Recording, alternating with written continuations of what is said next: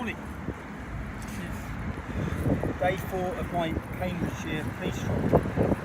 I think that everyone's seeing what's developing.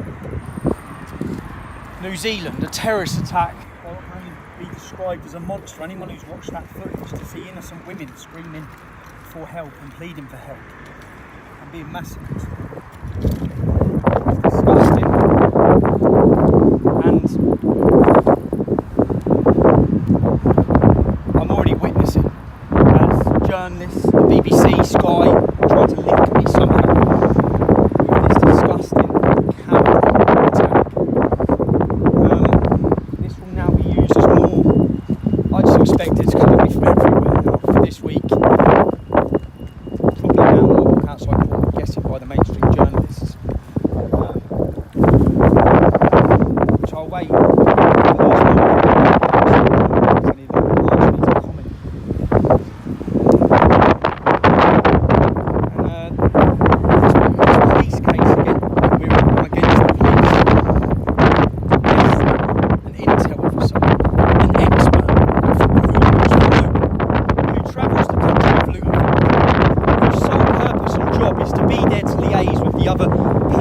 i.e. Cambridgeshire Police, is to be there to liaise with other police forces in order to give his expert opinion on who's going to be trouble and who's not.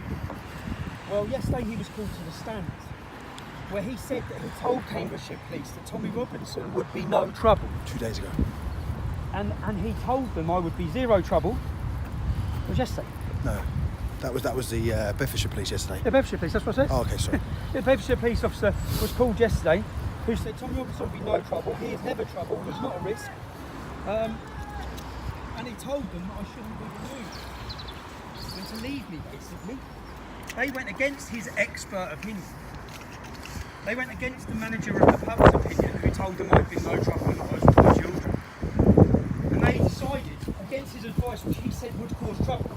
So they intentionally tried to provoke a reaction by forcibly ejecting me from an entire city whilst I was out with my children. Something that... Do I think the judge will side with me today? No, I don't. No, I don't, because I believe we have a corrupt system. Maybe I'll be proven wrong. But this morning, we're in court, eh?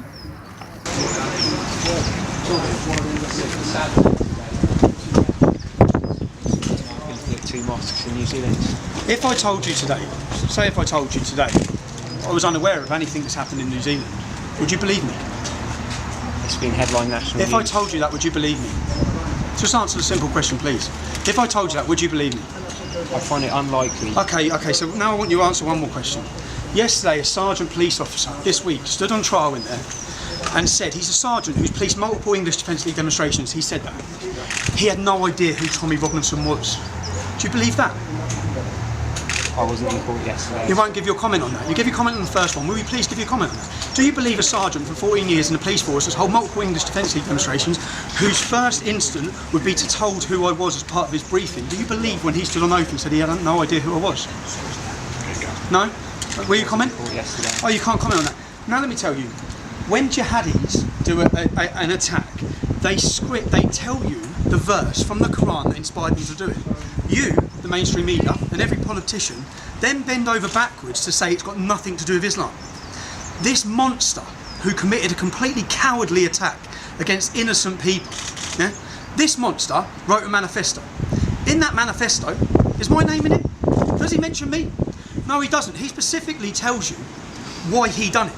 But yet here you are, as the mainstream media, attempting to somehow associate me with a coward on the other end of the planet. How can you do that? Tell me how you do that as a journalist.